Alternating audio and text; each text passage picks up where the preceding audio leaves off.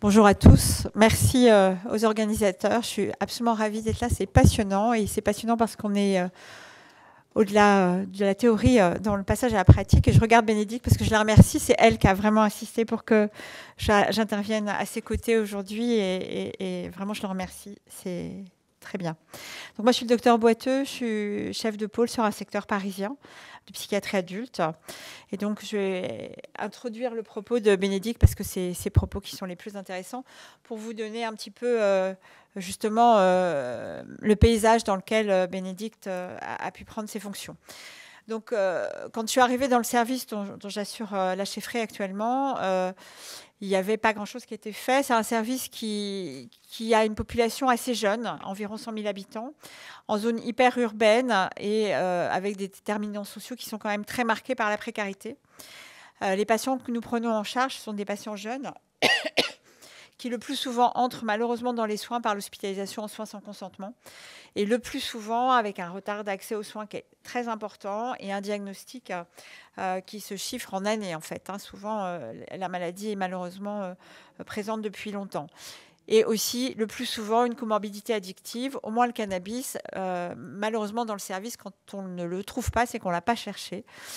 Donc, on est sur ce type de patients.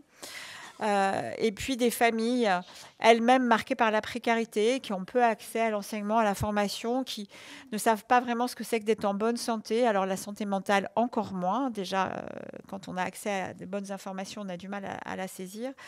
Et donc j'ai trouvé un service, moi, avec des patients et des familles qui à la fois refusaient la maladie ou comprenaient absolument pas ce qui leur tombait dessus. On avait une charge très très importante de travail auprès des patients et elle était d'autant plus majorée par les sollicitations des familles et beaucoup d'incompréhension en fait entre les équipes et les patients et les familles. Donc moi quand j'arrive, il y a absolument quasiment rien qui se fait pour les familles. Soit elles sont complètement absentes parce que du coup elles comprennent tellement rien qu'elles préfèrent rester très éloignées de leurs proches et de sa prise en charge, soit elles sont très très envahissantes, elles sont vécues comme intrusives par les équipes qui elles courent partout, il faut bien dire, auprès des patients. Donc dans un premier temps, ce que j'ai mis en place, parce que j'étais un peu extérieure justement, j'étais nouvelle dans le service, puis j'étais la chef, j'ai proposé de voir toutes les familles qui étaient vécues justement comme trop envahissantes, trop intrusives, trop là. Et du coup, pour laisser la place tout simplement au psychiatre et à son équipe auprès du patient, enfin leur laisser un peu d'air et de pouvoir moi, être dans le lien avec les familles. Immédiatement, ça a calmé plein de situations et on a pu s'apercevoir que ces familles, peut-être que c'était intéressant de les rencontrer et que, en fait, elles étaient intrusives parce qu'elles étaient angoissées la plupart du temps. Donc très rapidement, les équipes et moi-même, on s'est dit que ça serait hyper intéressant d'avoir un infirmier qui soit en lien avec les familles. Donc on a mis un infirmier de liaison avec l'entourage, ou une île, vous voyez, l'île de l'apaisement. Donc c'est un infirmier qui travaille avec des horaires intermédiaires. Du lundi au vendredi, il a sa propre ligne téléphonique. On communique aux familles et aux proches. Et il peut joindre les familles et il peut être joint sur ce téléphone. De la même façon, ça a apaisé beaucoup de tensions. Ça a permis aux familles d'avoir immédiatement des informations lorsque leur proche est admis dans l'unité. Et les familles ont tout de suite exprimé une grande satisfaction d'avoir un interlocuteur. C'est aussi la difficulté à l'hôpital, c'est que les équipes tournent, c'est jamais le même infirmier. Donc, la famille ne sait plus à qui elle a parlé. Enfin bon, c'est vrai que c'est hyper anxiogène. Et donc là, il y a Christophe, qui est le complice de Bénédicte. Il y a Christophe, et c'est vrai que c'est un point hyper important pour rassurer tout le monde. Et ça rassure aussi beaucoup ses collègues qui savent que Christophe va être là pour répondre aux familles alors qu'elles sont en train de faire les soins auprès du patient. Et puis on a saisi la politique partenariale de l'établissement, on le disait tout à l'heure, Alain Cantero le disait pour Saint-Maurice, mais c'est vrai que c'est grâce à l'engagement de notre direction par rapport aux médiateurs en santé père et aux pères aidants familiales qu'on a pu avoir l'opportunité courant de l'été 2022 déjà, de pouvoir expérimenter un proche aidant familial. L'équipe était partante et compte tenu de la dynamique qu'on avait engagée auprès des familles, on a décidé de l'intégrer. On l'a intégré, alors Bénédicte, sur une unité de soins intensifs, fermée, ce qui n'est pas non plus très simple, compte tenu du profil des patients de cette unité, parce que comme je vous le disais, c'est l'unité où malheureusement on avait le plus de patients jeunes en premier épisode avec des symptomatologies très bruyantes. C'était l'unité d'origine de notre infirmier de liaison. Donc ça, c'est important parce qu'en fait, ses collègues avaient vraiment l'habitude d'interagir aussi avec lui.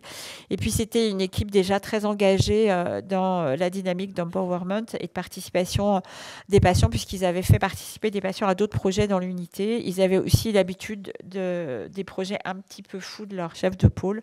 Donc, c'était assez facile, il faut dire. Voilà, donc moi je vous fais un tout petit bilan parce que je vais passer la parole à Bénédicte. Donc ce qu'on a pu constater, c'est qu'on a des liens absolument apaisés avec nos familles et on participe ensemble avec les patients, bien évidemment, à la construction des projets de soins et projets de vie parce que nos patients, ils sont souvent dans leur famille et on ne peut pas construire leur projet de vie, ils ne peuvent pas construire leur projet de vie si on n'associe pas les familles parce que ça, évidemment, ça entre dans leur projet du quotidien. Donc les équipes ont trouvé absolument passionnant toute cette approche familiale. Elles se sont donc organisées, on a structuré l'accompagnement en lien avec la prise en charge du patient. Donc en fait, il y a beaucoup d'entretiens familiaux qui se déroulent et d'emblée, on essaie d'y associer au moins l'infirmier de liaison et puis la plupart du temps Bénédicte. Faut savoir que Bénédicte est à mi-temps dans le service, donc c'est vrai que en fonction des disponibilités des familles, elle peut ne pas être là aux premiers entretiens. Mais en fait, on est très souvent très nombreux à accueillir les familles dans un premier temps et c'est très intéressant. Il y a eu des entretiens qui ont commencé avec beaucoup de colère où Bénédicte a pu expliquer ce que c'était que le père, P-A-I-R. Mais comment ça, vous êtes père? Et là, ça dégonfle aussi plein de choses et on peut parler plus simplement. On a eu 30 professionnels qui ont pu être formés à Bref et on en a d'autres qui vont être formés. Donc, c'est vrai que c'est une grande majorité de l'équipe. Et puis, on a pu développer du coup de ce fait-là les entretiens familiaux, mais aussi les suivis des familles. Bénédicte s'en charge énormément ainsi que l'accès au programme Bref. Et pour certaines familles, on a aussi des inscriptions dans le programme Pro-Famille, donc une sorte de gradation. On a pu constater déjà qu'on prévient les rechutes et on prévient les hospitalisations quand on accompagne les familles. Alors pour certains patients, évidemment pas tous, mais quand même, il y a vraiment une amélioration aussi du parcours des patients. Et il y a une très, très grande satisfaction des équipes. Là, moi, je vous parle du point de vue des équipes. Les interactions sont excessivement riches avec le père aidant familial. Ça enrichit notre clinique psychiatrique. Ça nous donne beaucoup plus de perspectives en termes de projets de soins, mais aussi projets de vie pour nos patients. Et c'est une expérience qui a pu être pérennisée et qui s'est étendue là à la rentrée 2023 à un autre secteur parisien du JHU. Voilà, le 15e. Alors, rebonjour. Donc, c'est là. Donc, alors, comment intégrer une équipe de soins en intra-hospitalier lorsqu'on est père aidant, famille professionnelle? Alors, c'est un vaste sujet. Voilà, donc moi, juste pour vous dire, quand je suis arrivée donc, sur le pôle, c'est vrai que mon fils avait été beaucoup en service fermé, mais je n'étais jamais rentrée dans un service fermé. Et c'est vrai que voilà, j'avais une certaine appréhension et heureusement, j'ai été extrêmement bien accueillie par les équipes et notamment par Christophe, qui est mon binôme. Donc ça a vraiment facilité. Mais je peux vous dire que les premiers jours, je me suis dit, j'ai vraiment vu l'autre côté de la psychiatrie. Alors, pour bien intégrer une équipe, il faut, en amont de ma prise de fonction, c'est important que je connaisse bien le pôle. Et j'avais lu pas mal de choses sur le pôle où j'allais travailler. Justement, c'était des familles précaires, loin du soin, familles étrangères qui parlent parfois pas forcément bien la langue. Et, alors, même si nos missions, elles sont décrites dans une fiche de poste, les équipes soignantes, elles n'ont pas toutes reçu le même niveau d'information parce que ça tourne. Elles ont une vision plus ou moins claire sur ce que nous avons le droit de faire ou de ne pas faire dans le cadre de notre fonction. Donc c'est important aussi de tenir compte du contexte actuel. Les équipes sont très souvent débordées et c'est les patients qui sont leur priorité. Alors, en début de ma prise de fonction, donc il faut savoir... Voilà, travailler dans une structure de soins en psychiatrie, c'est une place singulière et complémentaire dans une équipe de professionnels. C'est toujours difficile, n'importe où, de faire sa place dans une équipe. Il faut un temps d'apprivoisement mutuel qui est nécessaire entre les équipes et le père aidant famille. Il faut aussi des moments informels pour permettre de faire connaissance et pour briser les résistances.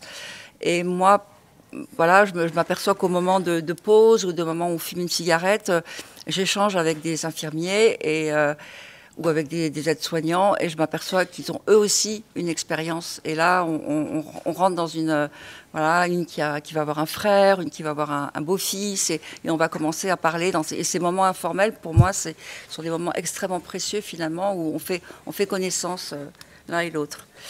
Alors bon, bien évidemment, c'est essentiel que l'arrivée soit bien préparée, réfléchie, débattue, ce qui était le cas en équipe, pour définir ensemble la place que le PAF peut occuper.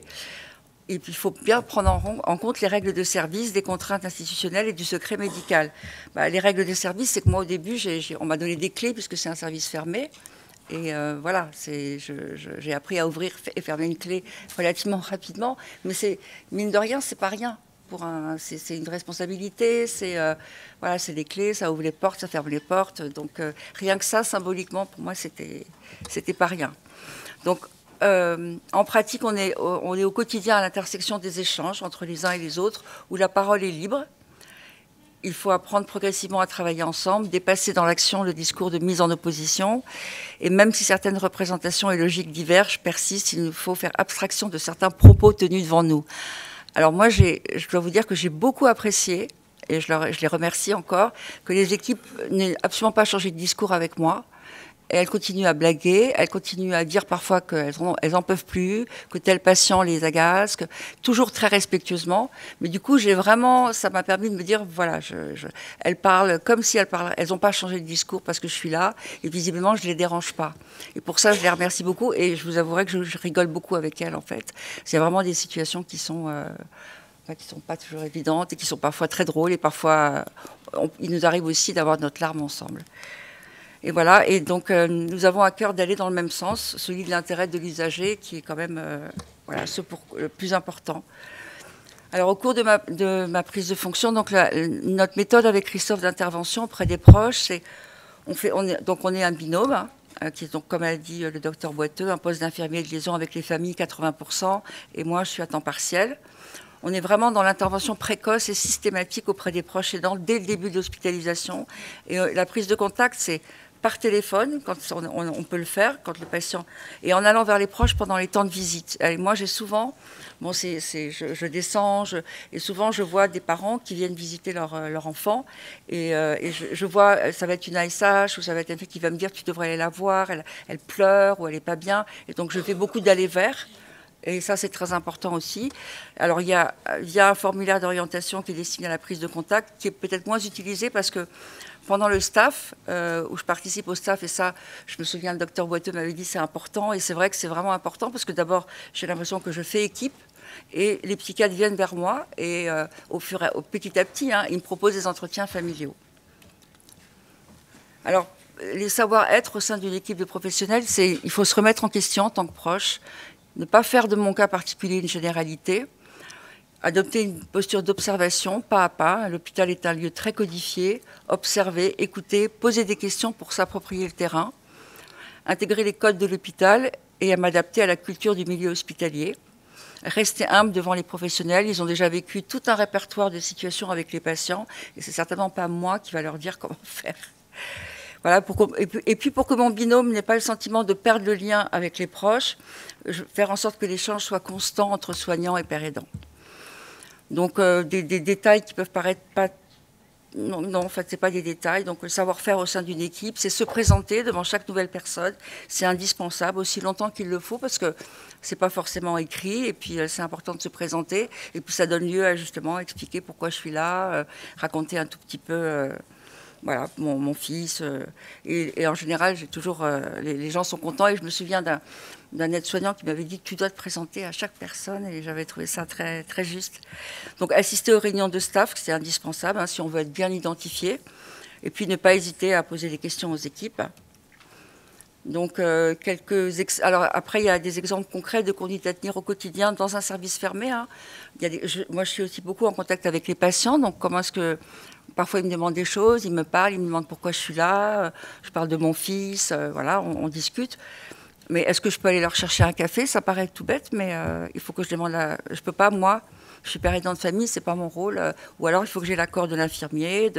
Et c'est tout à fait normal. Qu'est-ce que je peux faire et ne pas faire? Donc, par exemple, je n'ouvre pas les portes pour les patients, je donne pas de cigarettes, je ne prodigue aucun conseil ni d'avis sur les professionnels et sur les traitements. Ça, je l'avais déjà dit au début. Donc je ne prends pas d'initiative sans avoir demandé à un soignant avant. Ça paraît la moindre des choses, mais c'est vrai que voilà, on peut parfois... c'est très important, enfin, c'est toujours cette posture d'humilité. Je suis...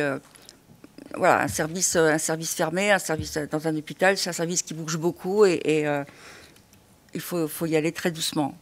Donc, je vais prendre un peu d'eau. Donc en fait... moi, je trouve qu'il serait intéressant, et j'en parlais avec d'autres pères aidants, c'est en perspective faire un guide pratique de la père aidance familiale. Et ce serait dans quel objectif? C'est œuvrer à la reconnaissance du métier, un gage de sécurité parce que les missions sont balisées, ce qui rassurera les professionnels et les familles reçues. Faciliter le travail en équipe en explicitant les missions que pourront remplir les pères aidants familiaux et à quel moment les professionnels pourront les solliciter. Et puis créer un référentiel du métier au sein du GHU. Et en fait, pour avoir discuté avec les équipes, avec les infirmiers, c'est vrai qu'au début, ils me disaient, mais on ne sait pas trop ce que tu peux faire, ce que tu ne peux pas faire. Voilà, on était tous en ce... Bon, j'ai énormément de chance parce que l'équipe, elle est absolument géniale. Vraiment, je dois dire que je suis très attachée à cette équipe et en même temps, je peux comprendre qu'ils se posent des questions de ma légitimité, de ce que je peux... surtout dans un service où il faut faire attention. Voilà, puis je voulais juste finir par dire que moi, je n'ai pas choisi d'être la maman d'un fils avec une schizophrénie, vraiment. Mais vraiment, j'ai choisi ce métier. Et je suis très, très heureuse de le pratiquer. Voilà.